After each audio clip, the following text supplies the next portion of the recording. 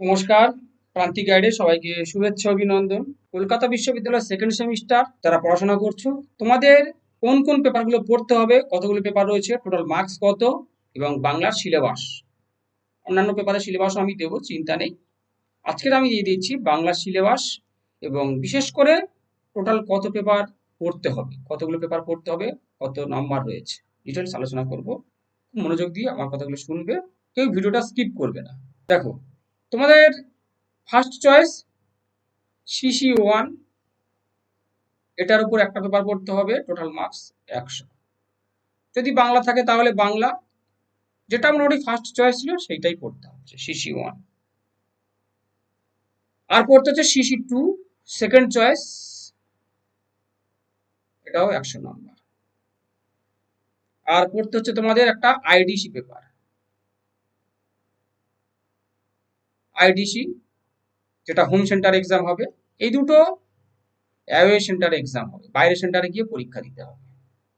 IDC, এটা home centre, 75 number. আর পড়তে হচ্ছে এইসি পেপার, কম্পালসারি ইংলিশ, এইসি2, 50 নাম্বার, এটাও হোম সেন্টার। ক্লিয়ার? আর পড়তে হবে এসইসি 2, ভালো করে দেখবে, এটাও হোম সেন্টার হবে। এসইসি পড়তে হবে, আগেরবারে তোমরা পড়েছিলে ফার্স্ট চয়েসের এসইসি, এবারে পড়তে হবে সেকেন্ড চয়েসের এসইসি। ফার্স্ট চয়েস ধরো কারোর বাংলা ছিল, সেকেন্ড চয়েস ছিল ধরো এডুকেশন, তাহলে তাকে এডুকেশনের স্কিল পেপারটা পড়তে হবে, এডুকেশনের এসইসি পেপার পড়তে হবে। ঠিক তেমন মোটামুটি যার যেটা সেকেন্ড চয়েস বা CC2 রয়েছে তারই মোটামুটি পড়তে হবে তোমাদের এসইসি পেপার। এবার হচ্ছে সিভিএসি, এর দুটো পেপার পড়তে হচ্ছে, সিবিএসই দুটো পেপার। পরের পেপারগুলোর নাম আমি বলে দেবো। সিবিএসই দুটো পেপার, সিবিএসই এটাও 50 নাম্বার, এগুলো হোম সেন্টারে। টোটাল মার্কস তোমাদের 525 নাম্বার, মোট নাম্বার টোটাল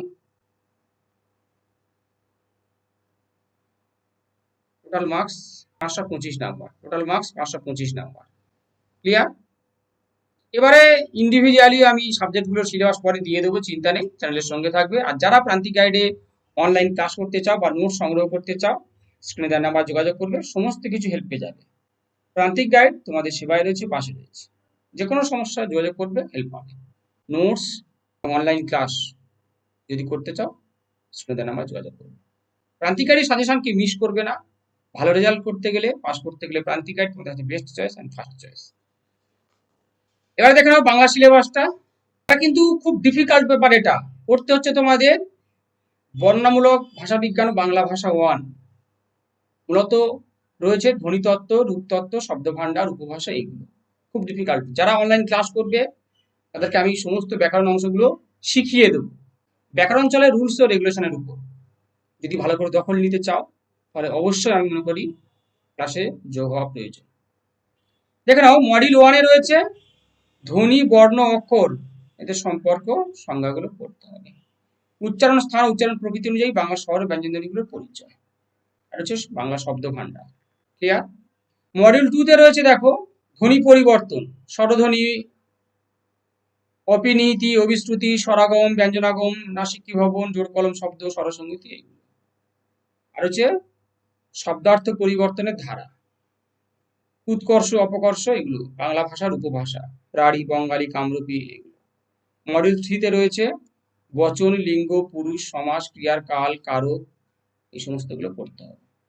এটা হচ্ছে তোমাদের সিলেবাস। যারা বই কিনতে চাও এই বইটা অবশ্যই কিনবে, এই বইটাই যথেষ্ট।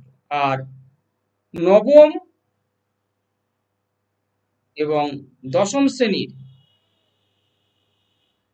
ব্যাকরণ বই অবশ্যই জোগাড় করবে, খুব সুন্দর সহজ সরল ভাষায় দেওয়া রয়েছে। নবম এবং দশম শ্রেণীর বাংলা ব্যাকরণ পুরো পেপার কভার হয়ে যাবে। তাহলে দিয়ে দিলাম বাংলা এমডিসি বা জেনারেলদের সিলেবাস, সংগ্রহ করো, আর যারা ক্লাস করবে যোগাযোগ করো।